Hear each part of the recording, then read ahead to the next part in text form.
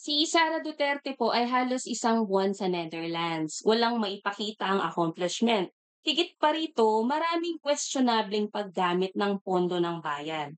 Sa tingin niyo po ba ay deserve niya ang mataas na trust rating kumpara kay PBBM?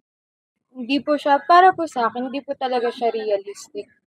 Nakakapagduda po na gano'n, knowing na mas marami pa pong balita about kay Bongbong Marcos na lumalabas na may ginagawa po siya. Tapos yung mga balita po kay VP Sara is more on puro mga katiwalian niya po yung binabalita. Kaya parang, paano mangyayari yun na mas mataas pa po siya sa lalabas na survey, knowing na kung yung mga tao po na bumuboto dun is nanonood ng balita, bakit po boboto pa rin po nila yung si Sara Duterte na puro mga hearing na hindi niya na nga po mapunta.